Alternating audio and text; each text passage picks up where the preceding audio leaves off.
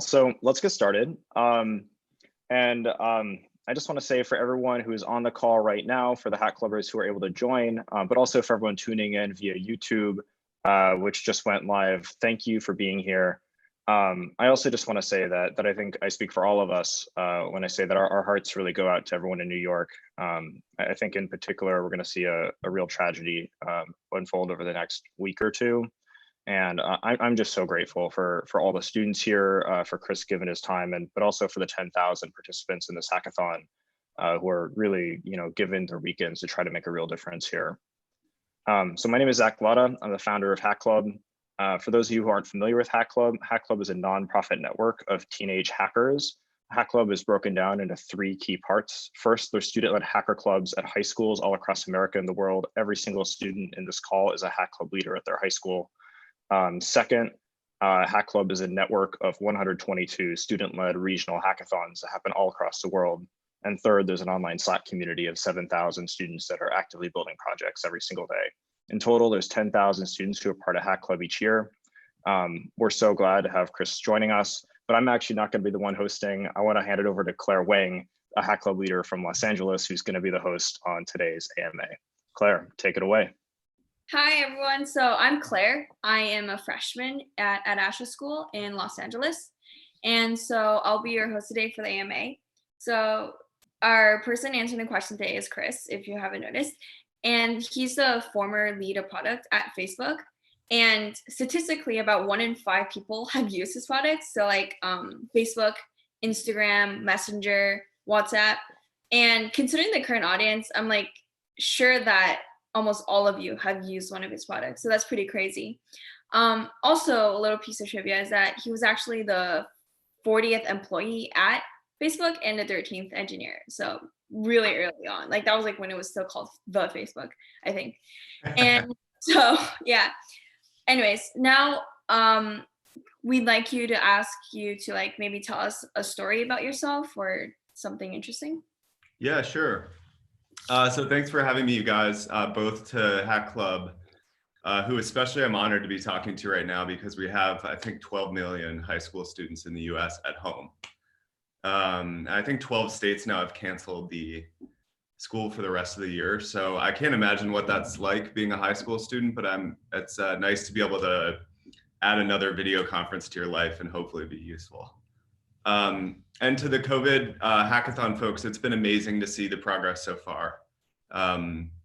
We've got, I think, over 10,000 participants now. We've got 47 pretty awesome projects that have been submitted by the UN, UNICEF, by the World Health Organization, by the Center for Disease Control, by Path, which is a really awesome health technology company focused on the developing world. Which is going to be one of the areas that we're going to have to turn our focus to next. So it's two really amazing groups of people to be talking to, and I'm happy to be here, so thank you. I'll just tell you briefly a little bit about my background, and we can jump into your questions. I grew up in suburban Chicago. I was born in the 1980s, back before there was an internet. They say I'm part of the last generation of people that will remember what it was like before the internet. I remember when dial-up internet came, and in order to use it, you had to listen to this horrible sound that hopefully you high schoolers will never have to hear. And then you'd basically take up the phone line of your house. So your brothers and sisters and parents couldn't receive calls while you were on the internet. And it was slow. A photo would take like 5 minutes to arrive. I remember when Napster came out, which was the first time you could get music without having to borrow your mom's car to go to a music store. And I certainly remember playing around with pretty early computers and sort of seeing at the beginning of the internet that there was this power that it was unleashing that we couldn't even really understand or predict yet. I went to Stanford. I studied AI. As part of a major called Symbolic Systems. I started as an undergrad in 2000. I chose AI. AI wasn't really a buzzword at that time, except for like a handful of computer scientists. But I chose it because it seemed really hard and really cool. So I learned to program when I was 18. But the program I was doing was mostly like building like game playing AIs that could like play Othello or play chess. So that's the kind of work that I was doing as an undergrad. And it was an interesting moment in time because it's right after the dot-com bubble burst. So there weren't a lot of startup. You weren't really supposed to go work at a startup in 2004 when I graduated. There weren't a lot out there. The sort of San Francisco Bay Area did not have tons of programmers and developers and designers and data scientists around like it does now. The highways were pretty easy to drive on. There wasn't that much traffic. In the ancient prehistory of 2004.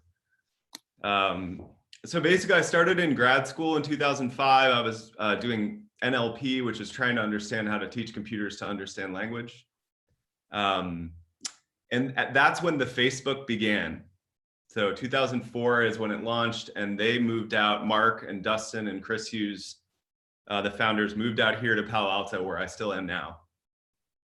And they were coming out here to try and basically raise money and hire engineers. And in particular, they wanted to get engineers out of Stanford. And so through a friend who worked there, I was and I had just started a grad program, so I wasn't trying to go work at a startup, but I was invited to come in and interview. I met Dustin, who would be my boss, the CTO and original head of engineering, who's still a dear friend, and a lot of amazing people. I interviewed, I thought the company seemed really cool and interesting. You're right, it was called the Facebook back then. It was blue and white. Nobody was talking about mobile. A few people had Blackberries and Nokia C3s. Those were the phones people were using in 2005. And I got pretty excited about dropping out of school and going to start as like you said, the 13th engineer at this company that, if you were in college, was like the coolest thing you had seen in a really long time. It was the kind of product that you would run.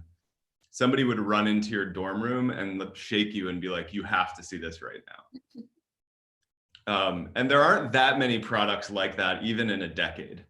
Where you like somebody has to come in and shake you because it's like, you have to see this now, stop what you're doing. And so I began as a software engineer in November of 2005. Facebook was a little over a year old. I was asked to help join the team of 4 people that would build the homepage, which would be called Newsfeed. Which was designed originally to solve the problem that people would come back every day and they just click around to all their friends' profiles to see if anything had changed.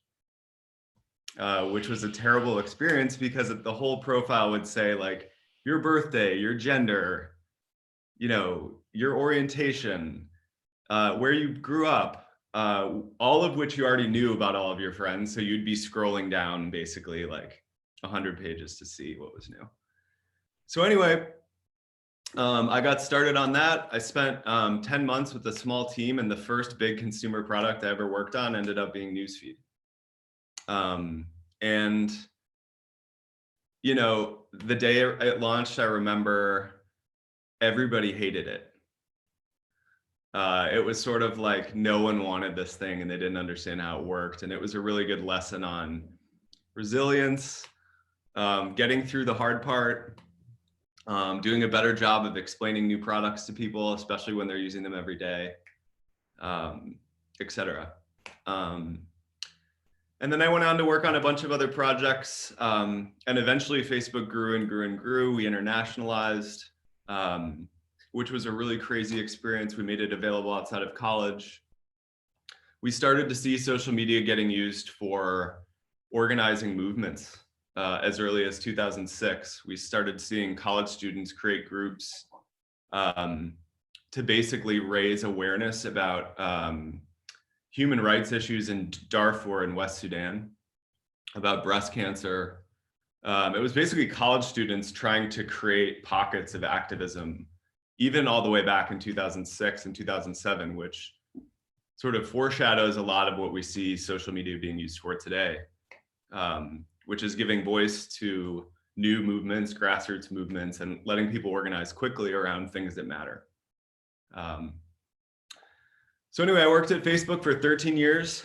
I saw the rise of mobile. I watched people go from this thing is never going to be a business to this is actually a pretty real business. I worked with Mark on doing a whole bunch of acquisitions,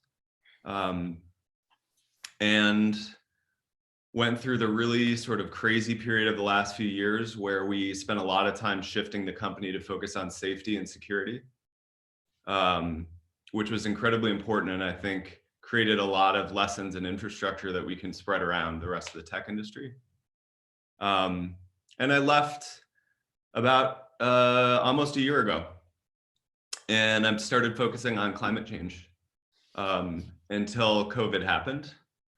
And then I sort of asked to join forces a little bit with Sam Lesson, who organized the COVID conference and is an old friend, to see if I can help out organizing, sort of getting requests in, and then also to whatever extent possible, sort of getting things organized and sort of making sure the process from here on out creates results. Yeah. So that's pretty much who I am. Happy to answer your questions, both from the Hack Club folks and also from the COVID Hackathon folks. That's great. Yeah, I think a lot of us are participating in a hackathon. So thank you. Oh, sweet. Yeah, like awesome. I'm doing it, like majority of us are. Awesome. Yeah, so I guess we'll go on to the AMA. Just when you ask your question, could you please state your name and then like your age and like, your hack club? So just so we know some of your history. And yeah, first up, we'll have Theo. Okay, cool. Hi, Chris. I'm Theo. I'm 16 years old and I run a hack club around Boston, MA.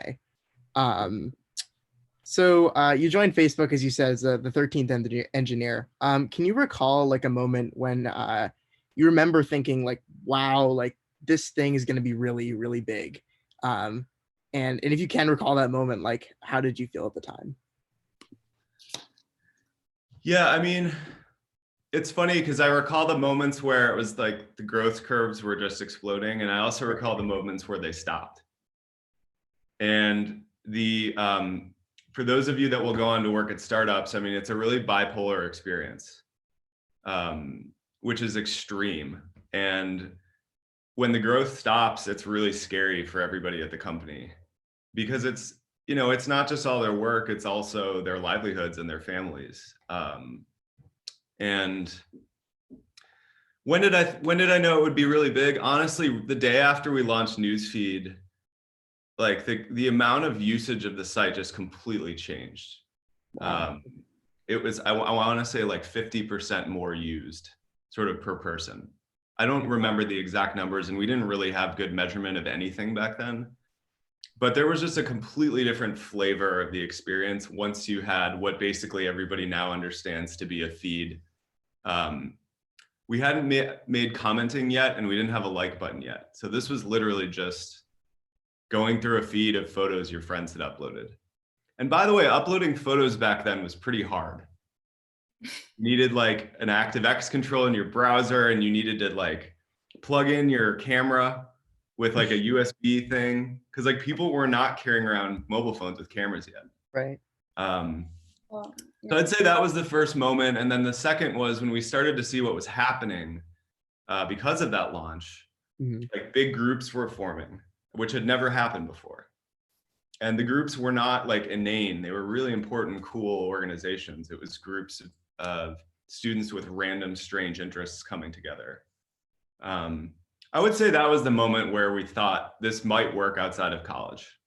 Wow. Super cool. Thank you. Yeah. Wow. I guess they didn't have AirDrop then. AirDrop is like a lifesaver. So our next question is from Amog. So take it away. Hi, I'm Amog. I'm 17. I also run a hack club.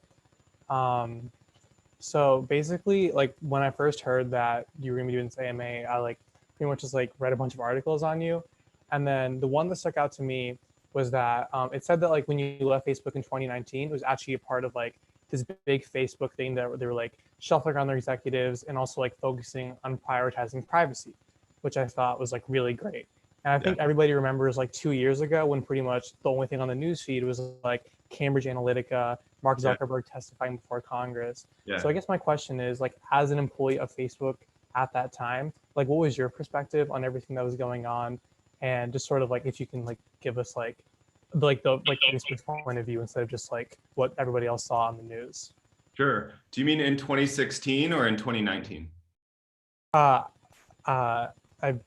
believe it was, I don't remember the year, but like when like the Cambridge Analytica stuff happened. Oh, how did it feel to be at Facebook when all that stuff happened? Yeah. It was really hard. It was really, really, really by far the hardest time I can think of at the company. For me as an executive, and also for the tens of thousands of people who worked there. Because, you know, we were going home and our friends and family were like, what's going on? And a lot of us were like, we don't know. We're still figuring out what's going on here.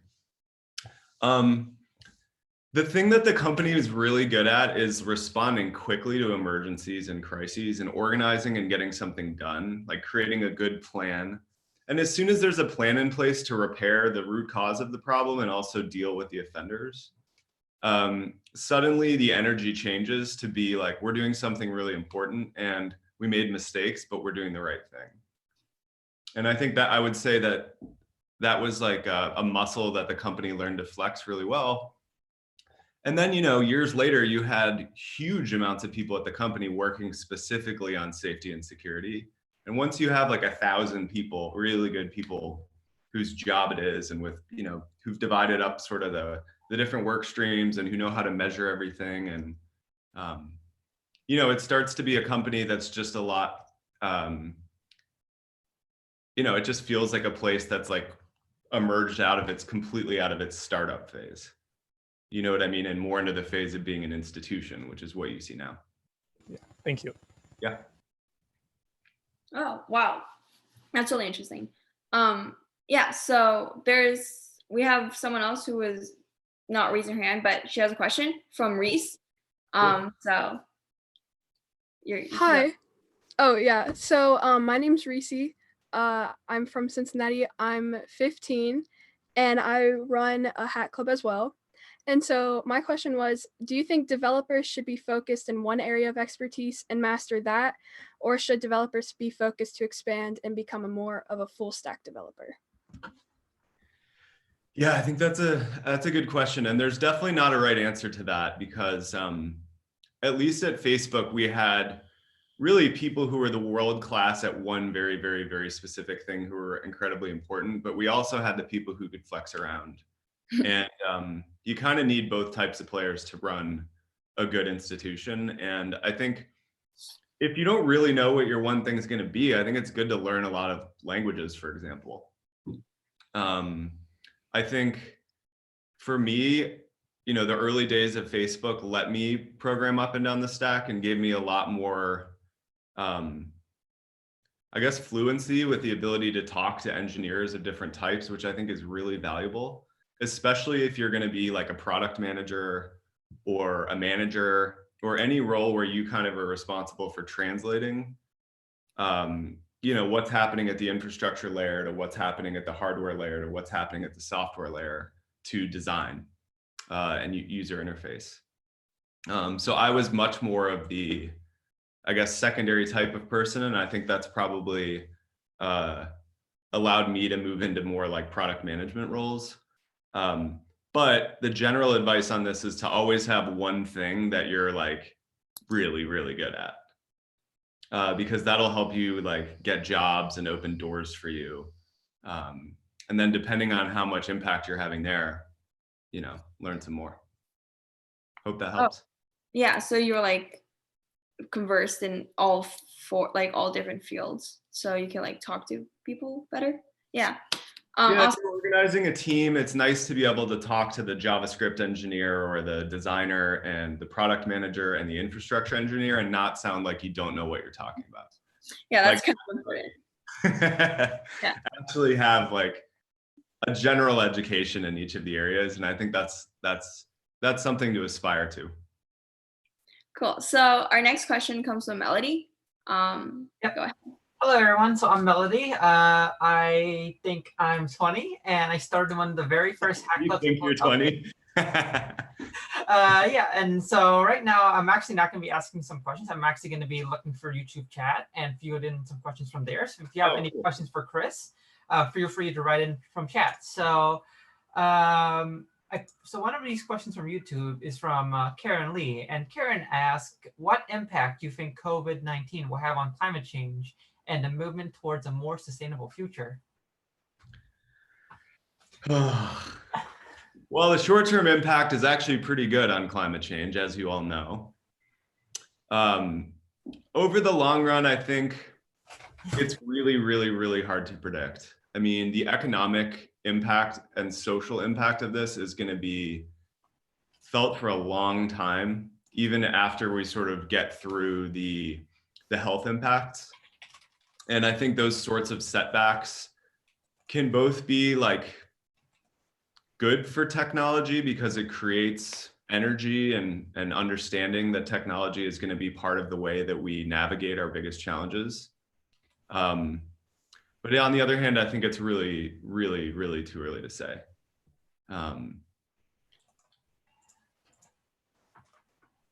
So, okay, thank you, Karen. Is there any other questions from the YouTube or? Let's see here. Another good question we have is, what direction do you think startups and social media will go in the next 5 years? Well, so for startups, I think there's a lot of interesting energy around B2B, as they say in the industry, like enterprise software, things like Slack and Asana, tools that make it easier to start a business. Stripe is another good example. And make it easier to run digital businesses as well. And I think that's part of the emerging economy of people that want to be able to start a small company and have it be easy to do so and have it not be brick and mortar. So I think that set of tools is part of the wave of startups that we've seen that's really interesting after the sort of consumer internet wave, which was the wave that Facebook was certainly a part of in 2005. For social media, I think the clear trend is towards more private communication, towards, was it Amok, what Amok was talking about, more messaging and like smaller audiences rather than sort of big audience sharing. I think more ephemeral sharing, sort of more and more people use the stories format, you know, the disappearing portrait style photo rather than sort of the landscape upload a photo album stuff that we used to see. So I think those are the major trends in social media. And I hope, you know, one of the things that the COVID hackathon has people looking at is health. And there are a lot of different tools that can be built around matching, you know, reporting how you're doing, contact tracing, the set of tools that let you understand who is affected if you know that you were on a subway where someone was affected. I think the health applications that we're going to see come out of this crisis will hopefully be the kind of tools that help us anticipate this kind of stuff, deal with it more quickly, and also help apply healthcare as one example to a much broader audience than people who can quickly get to a hospital or have a great doctor nearby.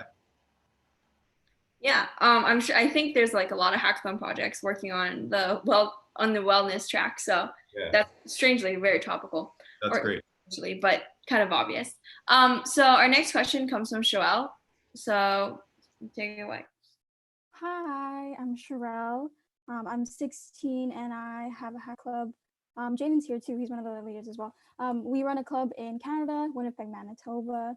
And my question is, what do you think the future of green technology is? Or have you seen anything where you went, oh, this is the future for green technology? Green technology? So one of the companies I'm working with is called Planet, and they make satellites. It's like a bunch of ex-NASA people, and they make these really small satellites, and they orbit the Earth, and they take a photo of every tile on Earth every hour, or almost every tile, almost every hour. But the vision is like, you're getting an image of the whole Earth every hour, downloading it back down, downlinking it sort of back down to Earth, stitching it together, color correcting it, removing clouds and atmospheric distortion, and then getting a picture of the Earth, this 2 petabyte file, where every pixel is around a 3 meter by 3 meter pixel. And what that enables you to do, and this is different from most of the satellites we've had in the past, which let you go look at a thing and like just zoom in on it for a while, but not sort of like this whole image every, at high relative frequency of updating. To me, what's so exciting about this, and to the founders, Will Marshall and Robbie Shingler, who are sort of like satellite engineer wonder kids, is the idea that you could start to see methane emissions, deforestation, wildfires. Like you could start to detect these things, illegal fishing, potentially coral bleaching. And sort of a lot of the causes and effects of climate change are things that are hard to see. Maybe they're in a forest somewhere in like remote island in Indonesia and something illegal is happening there. Maybe it's a methane leak from a refinery, somewhere in the US, and the refinery doesn't want a methane leak, but you can actually see them from space, which is crazy. So at least one of the things I've seen in big complex systems is you need a way of measuring the problems in a way that is comprehensive. So like you can know what's going on in Brazil and in the forests of Northern California, like you can know that you're getting a picture every hour. And then measurement systems so that we can actually talk in a precise way about how much deforestation happened this week, this month. What are the heat maps of where it's happening and why? And the same applies to fishing and coral and a lot of the other things that relate to Earth. Like we have this Earth and we still don't really have like the monitoring systems on it that we should have if we're going to save it. So that's a project I've been really excited about working on that's related to one of the areas in green technology that I think is cool. The other one a lot of people are talking about is negative carbon emissions. So like technology that like literally sucks carbon dioxide out of the air through some chemical process or mechanical process and converts it into something that can then be put back into the earth where it came from. I think there's some interesting stuff in advanced nuclear, like really safe, really small nuclear, which ends up being over the long run a lot safer than burning fossil fuels. And I think there's some interesting work in companies figuring out how to measure their carbon emissions, because a lot of companies, because their employees and their kids are pressuring them, have made commitments to be carbon neutral, but don't really have a way of measuring and understanding how to get there. So I think that's another space that's pretty interesting. Cool. That's Thank cool. you so much. Yeah, I've actually seen a few products of sucking negative carbon. So that's really interesting. I didn't know it's progressed so far. Oh, sweet. Yeah, so that's cool. So we're at the halfway mark of 30 minutes. And so we're going to start the lightning round. Just make your questions a little bit faster so we can fit in more people and fit in more people from the YouTube live as well. Cool. Okay, so our next question comes from Bardia. So hi, I'm Bardia. I'm a 9th grader and I lead a hack club called Objective Code in Irvine. And my question for you, it's a simple one, but do you like tabs or spaces better? Tabs or spaces? Yeah. In programming or like in life? Programming. Life too, I guess. I was always a tabs guy, but I haven't programmed in a while. Approval. Okay, thank you. So, well, I think Kat also has a question. Catherine. Oh, hi there. It wasn't a lightning round question, so hopefully this is okay. My name is Kat, and I'm a college freshman in Massachusetts and part of the Hack Club community. So I was wondering, since you're working on big issues like climate change and setting a precedent for online security, how do you think about that responsibility? Like when you go to work every day, are you thinking about that big issue, or are you just trying to do your best for the day? And like, how much do you think one person or one company can or should like move the needle on an issue like that? Well, at least for, if you look at climate, I mean, security is a bit of a different thing, but a lot of what you're seeing in security that's neat is, I think, just like a huge shift in the industry of taking security a lot more seriously. And there's a lot of communities around security. So if you go to security conferences, there's a bunch in like Las Vegas where like all the top security people go and they share best practices, and a lot of them share code. There's actually a pretty good amount of sharing at that level, because nobody wants like their company to be safe and others to be unsafe. That's not like an area where companies want to compete. And so to your question around should one company be responsible, I think the answer is no. But I think companies, when they make big innovations, like do have a responsibility to share them when they're at the level of something that isn't where we want to compete, because there's essentially like, you know, harm is involved, or protecting and safety. So we're seeing a lot of good collaboration in those areas, I think, across at least the tech companies I see in Silicon Valley.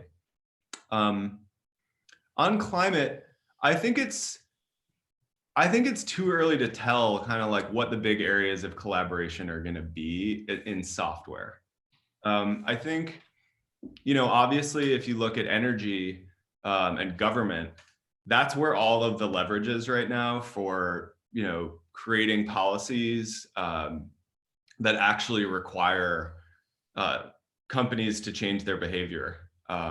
And we do need to see collaboration at the UN, which, you know, has set up these sustainable development goals and does have some system in place for ensuring that countries are paying attention to things like their deforestation and their urban density and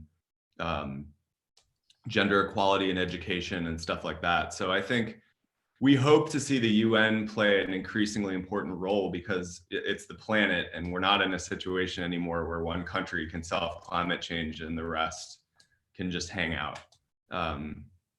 So yeah, I'll keep it short because it's a lightning round. Thank you.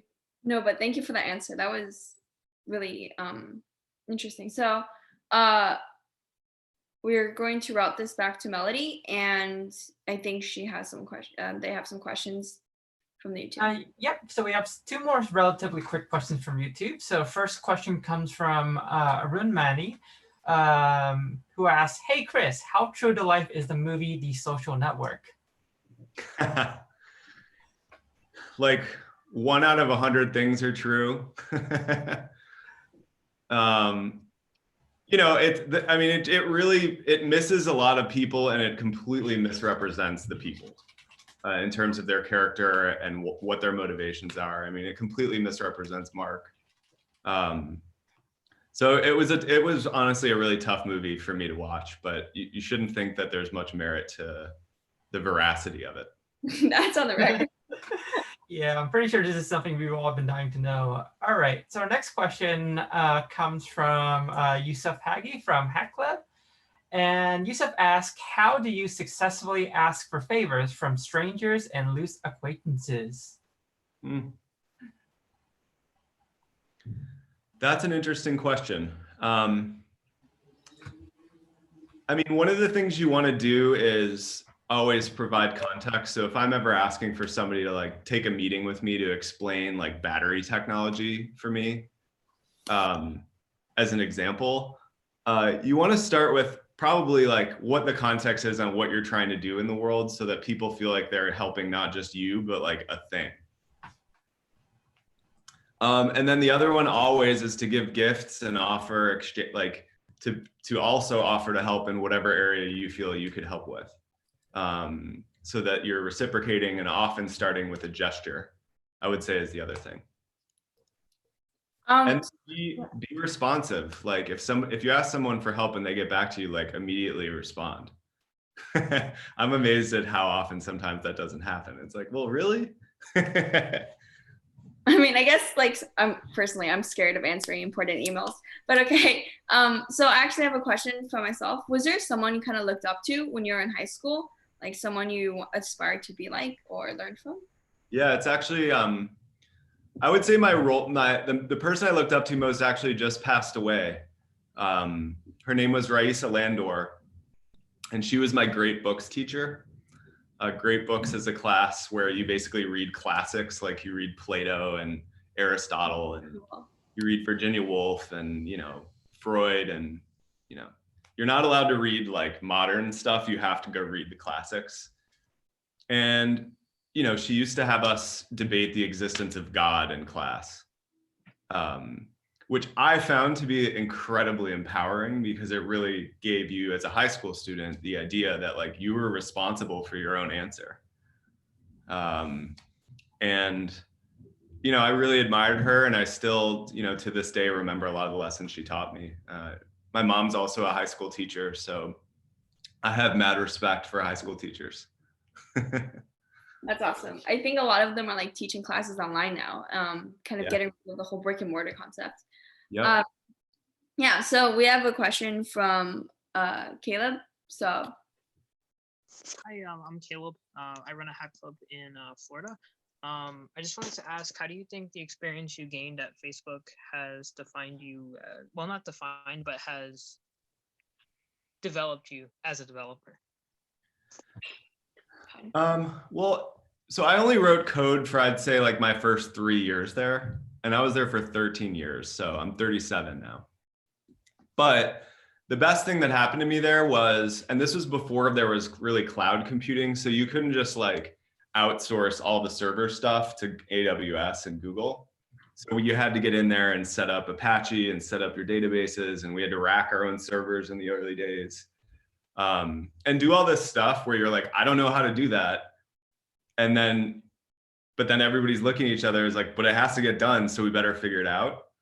That environment is really good, where there's urgency and you kind of are just like taking on things because they need to get done, even if you don't know how to do them.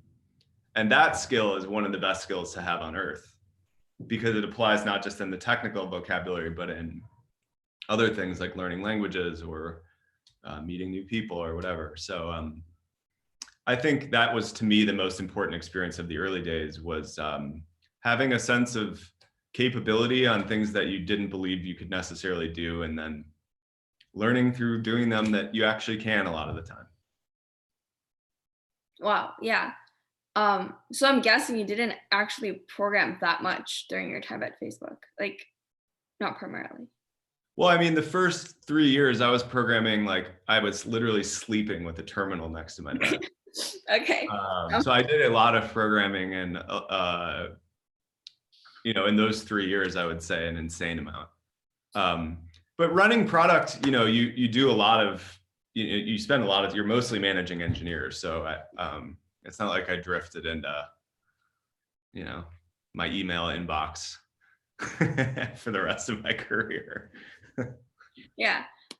So there's someone from the YouTube live chat who wants to ask an extremely important question. Okay. Are you pro Mac, or are you pro PC, or are you pro something else like Linux or some other type of? Yeah, I mean, I use a Mac and I use an iPhone, and I think Apple products are incredible. They're also pretty expensive. And so one of the things we did, you know, at Facebook, the vast majority of our users were Android users. And it was like huge amounts, and they were using lots of versions of Android, and a lot of them were on 2G networks, you know, in Indonesia or in parts of India before Reliance Jio came along, which is this carrier that's sped everything up. I think if you're a developer who's trying to build products that are international, you really need to get good at understanding Android as an ecosystem, as an experience. One of the things we found at Facebook was that people would prefer to use iPhones, but then they wouldn't be using the experience that most of our customers were using. And that was something we had to sort of institutionalize. And so I think that's a good message for developers is even if you love your iPhone, that's not where most people in the world are. So Really? get good at both. I think they recently switched to Kotlin as their system language. So was that like a big yeah, that sounds like a big shift. I think Reese also has a question that's pretty pertinent as well. Okay. What's your favorite book? My favorite book ever? Or series or group of books? Let's see. I really like the book Siddhartha by Hermann Hesse, which is a book about the story of Buddha. I really like The Timeless Way of Building and A Pattern Language by Christopher Alexander, which are books about architecture. For sci-fi, my favorite book is Snow Crash. For fantasy, it would be Lord of the Rings series. I don't know. I mean, how much do you want to go down the rabbit hole? That's probably good for now. I'm also really excited for the Dune movie to come out. I love the book Dune. And I think, speaking of climate change, I think it has a lot to say about sort of like where we could end up, which is on a desert full of sand if we don't get our act together. That's cool. Wow, I really like Dune as well as Snow Crash as well. But yeah, so Yev has been wanting to ask this question from the very start of the call, so I think it's fair to have him ask this question. So I kind of had a question at the start of the call, but since we're in lightning round, I will just go for the shorter question. Vim or Emacs? Emacs for me. Yes! No, last time. Yeah.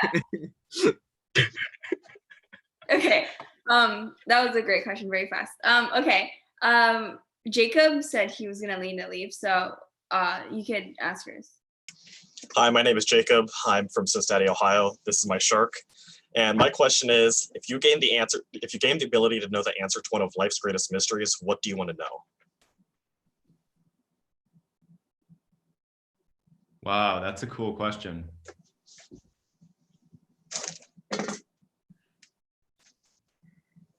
I mean, I think the question about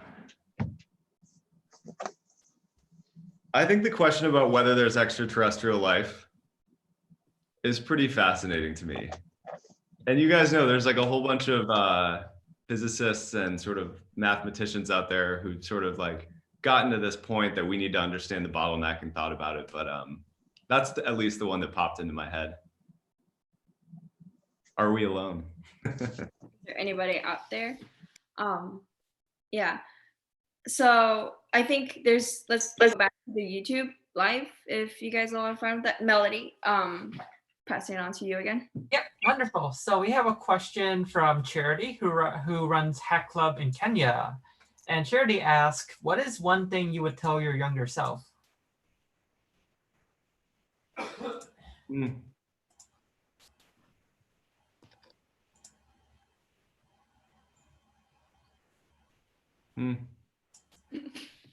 You know, it's funny. It's kind of like the stuff I'm telling my kids. Just be kind and find a way to work on something that makes a difference in the world.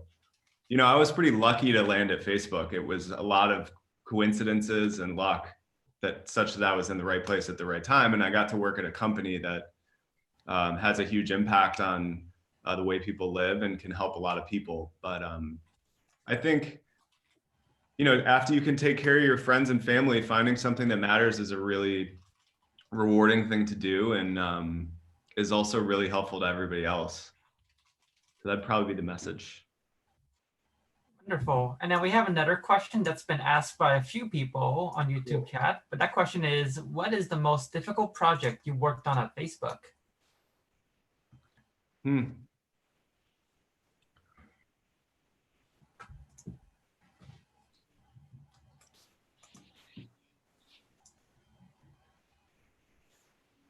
Well, so one thing that was pretty hard was when we opened up Facebook to everybody. This was in 2006. The project was called Open Registration, and we went from a world where you could register with a .edu address to anybody in the world. It was really hard because the whole reason people were using Facebook is because you could trust that somebody was who they said they were. They were using their real name, they had a picture, and if you looked at other services like MySpace, which was huge at the time, part of the reason it wasn't quite as interesting is because you could just kind of be in, it wasn't sort of like focused on the real name concept. And I think keeping that functioning and working as we scaled was just like thousands of different projects rolled into one, which was how do you create a service on the internet where you can expect that people are who they say they are. And I think people don't always remember that that's like the quintessential ingredient of Facebook. And so I would say that was the hard part among many other things. Yeah. Okay.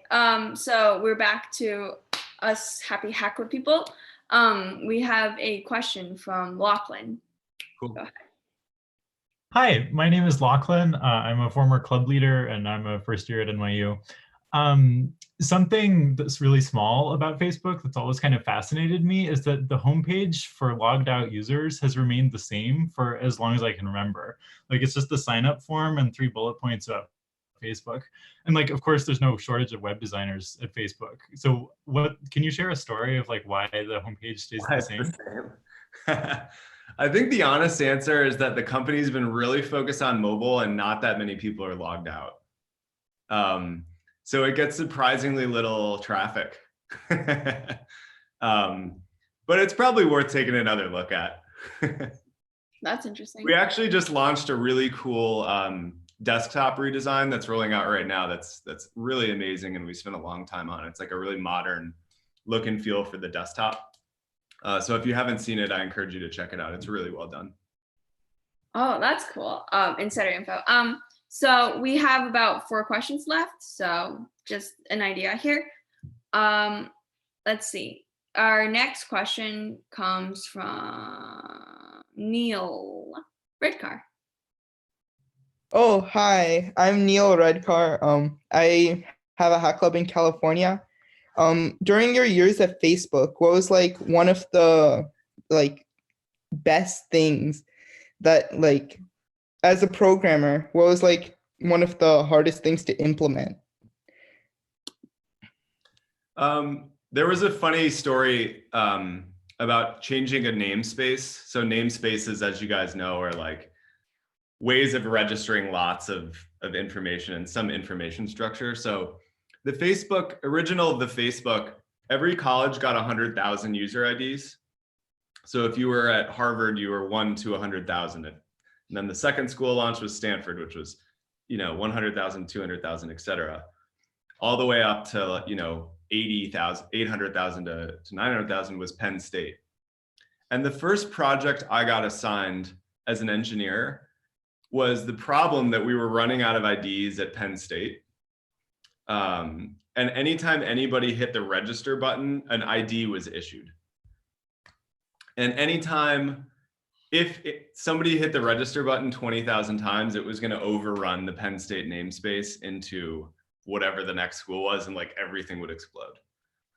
And so the project was a namespace migration project, which I've now been a part of like 3 of. And one of them was to move from 32-bit IDs to 64-bit IDs because we were running out of IDs. And the lesson is like always choose a much bigger namespace than you think you're going to need, because you might actually succeed in building a product that people like. And doing a namespace migration is like the worst because it takes forever and it's not fun. And if you get it wrong, like disaster ensues. So that's what came to mind when you asked that. Okay.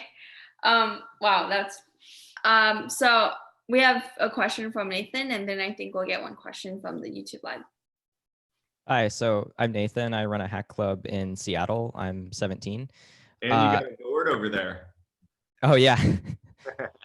I was wondering, what's your favorite Linux distribution for development?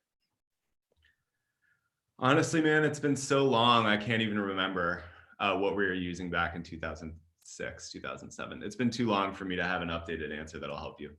Hannah Montana OS. I'm just gonna leave it there. Melody, you could ask a question from the YouTube Live. Yep, so this question comes from Atul Blesson, who runs Hack. And he asked, what idea or thought has most influenced your life?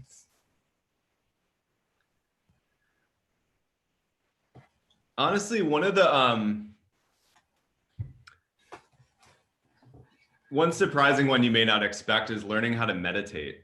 Like really take meditation seriously and do it right. I've been on one of these 10-day silent meditation retreats where you kind of do it for 14 hours a day and you don't talk to anybody and you don't sleep very much and it's like super intense. But meditation is, a 2,500-year-old idea. But it's so hard to do that most people, I think, just like don't ever really get there. But learning to do it has been a really helpful tool for just making me what I believe is like a calmer, wiser, better, husband, father, friend. So if you have any interest in learning meditation or Vipassana in particular, I would encourage you to check it out. So I actually have one last question and then someone else does. So considering how a lot of us are out of school now and doing online school or just like plain not doing school at all, if something like this happened to you and you had time off of school in high school for such a long time, was there anything that you would have wanted to learn or pursue? I mean, it's obviously, I was trying to imagine if this happened when I was in high school before I got on this call with you guys, and it just would have been, I mean, we're so lucky to have the internet and like good video stuff. And for those of us that don't have, for those people that don't have the internet, I mean, can you imagine in communities, even in the US, there's a lot of communities that don't have good connectivity or don't have access to devices. It's a really shattering experience. I don't know, if I had a bunch of free time and I had to stay at home, I'd pursue my passions, which is music.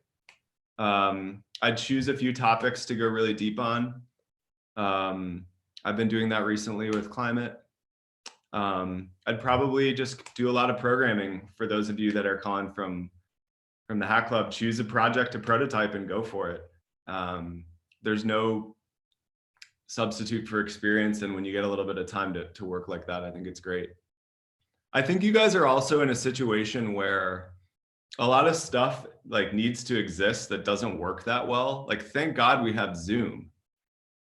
But like video conferencing was like not that good even a few years ago.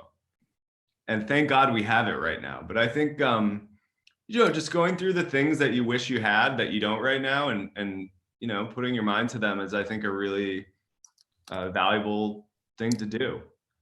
And there's a huge list of projects that need work in the COVID hackathon that aren't going to get solved in 3 days. And this is an urgent problem, and it's an important problem, and it's one that's going to affect not just all of us in the United States, but everyone in the world, especially coming up, in the developing world. So I think that's a pretty good place to invest your time as well. Yeah, I think the hackathon has been a great use of my time so far. So I believe Zach has a question. So I actually am going to wrap it up with the last question. And again, Chris, I just want to say, I can't even begin to tell you how meaningful it is to all of us for you to give this time, but also play such a huge role in making the hackathon happening. We just have hundreds of students that are participating, and I think it's going to be really exciting to see what everyone builds. I've done very, very, very little on the hackathon. I think the credit really there goes to Sam and Adam and Ime and a lot of the other folks, but it's been fun to be able to contribute. And thanks again for having me. Well, we'll make sure that we thank them properly. So my last question for you is a question that I've asked a lot of students on this call before, and it's a bit of a doozy. So please hang tight with me here. All right. So say that when you hopped on this call, you didn't actually hop on this call, but instead you found yourself teleported to the year 500 BC. Now you don't know how you got there. You don't know how it happened, but somehow you became dictator of the world. And you also don't know how you got there. You also don't know how it happened, but also somehow you realize you are on one of 3 identical Earths, and that in 2,520 years from now, in the year 2020, there is going to be a great war between these 3 Earths, and only one Earth is going to survive. The question is, what do you do as dictator of the world in 500 BC to best increase your Earth's chance of survival? Now, there's 3 constraints. Do I have you so far? Yeah, for sure. Okay, cool. So the first constraint is that you're teleported right now. The leaders of the Roman Republic in 500 BC who got a lot of stuff right, by the way. Amazing. Yeah.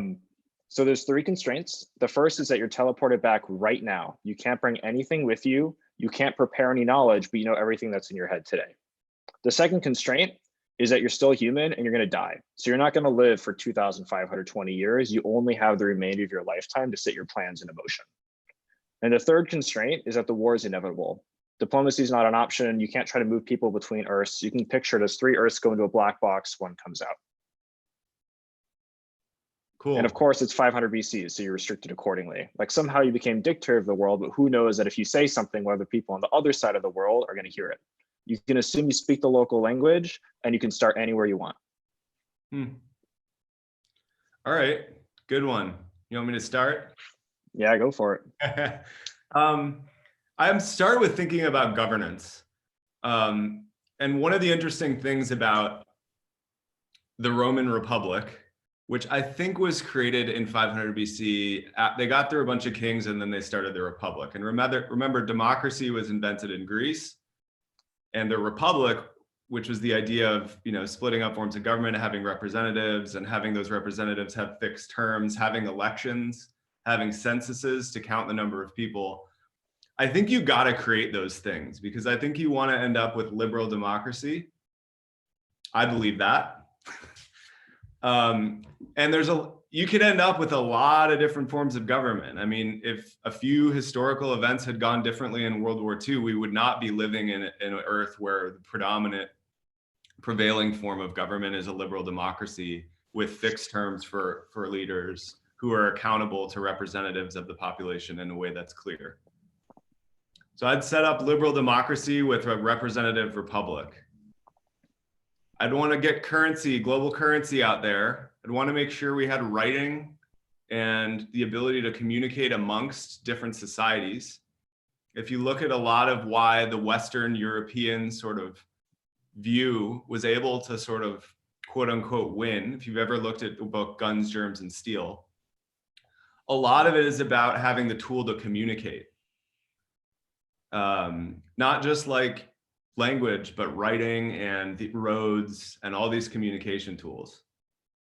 Currency is related to that because it's the ability to transact across people. So I would probably, and then of course, if you really want to win against other worlds, are you going to fight the other worlds? Is that so? You like, don't know. Are the world's going to go to war, or are you just trying to create the best world? No, you picture it as 3 worlds go into a black box, 1 comes out. You don't know what's going to happen. Yeah. But you know that diplomacy is not an option, and a war, in whatever form it takes, is inevitable. Yeah. So, I mean, those are the 2 things I'd start with. Again, republic, liberal democracy. Second, currency, writing, communication. And then the third one is you got to get going on making tools, technology, and military technology a priority. Because there's not an example of a civilization in history that has gained traction against others without being able to fight. Now that wouldn't be my top option, but it's going to be hard to be a winning diplomat against one of the Earths that had created really good weapon systems. Amazing. Those would be, I guess, those would be, I think, the institutions I'd try and get going and instill the world with those values. Fantastic. Well, I just want to thank you again. I'm going to pass it over to Claire to wrap up, but I think I speak for all of us, the thousands of students in Hack Club, but also the 10,000 participants in the hackathon, that we are just so grateful for you giving the time. Thanks, Zach. Claire, it's off to you. Thanks, Claire. Thank you so much for giving us our time. Can everyone like unmute their mics and give them a round of applause? Yes, thank you. Yes, thank you. Thank you so much. All right, let's go build some. Let's go help some people, you know, deal with the crisis that we're in right now. And I really appreciate your guys' time. Yeah, thank you. I wish we had more time. And bye. Thank you so much. Yes, Bye-bye. Bye, Chris. Thank you. And bye to everyone on the YouTube live stream. Yep. Thank you. Thanks for watching, everyone. Thank you. So if there are any high schoolers still watching YouTube, feel free to check us out at hackclub.com. Yeah. And join our community, where we'll be hosting hopefully more AMAs in the future with more famous people. So check that out. Yeah. Cool people. People who Wait, do tabs rather than spaces, you know, that's the prerequisite. No, spaces for the win. I'm sorry. Okay. Excuse me? I'm sorry. All right, Space. can we stop the stream right now first? Then we can Stop. Rickroll. Then we can start the Rickroll. Yeah. Yeah.